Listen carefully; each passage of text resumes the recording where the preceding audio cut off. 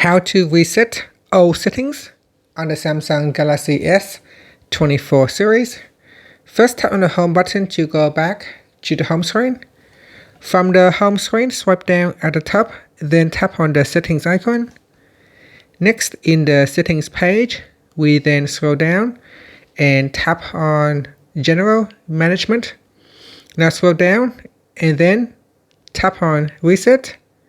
After that, scroll down to the Reset section and then tap on Reset All Settings.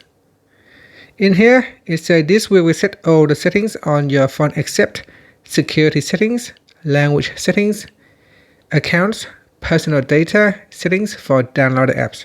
So a lot of your data will be retained, such as images. You will not lose your data, such as photos, contacts, downloaded apps data.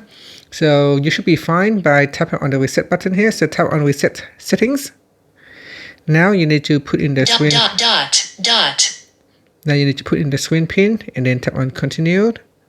And then tap on the reset button, and that will go ahead and reset all of your settings on the device. I'm going to cancel for now, so I'm just going to tap on the home button. And that's it. Thank you for watching this video. Please like and subscribe to my channel for more videos.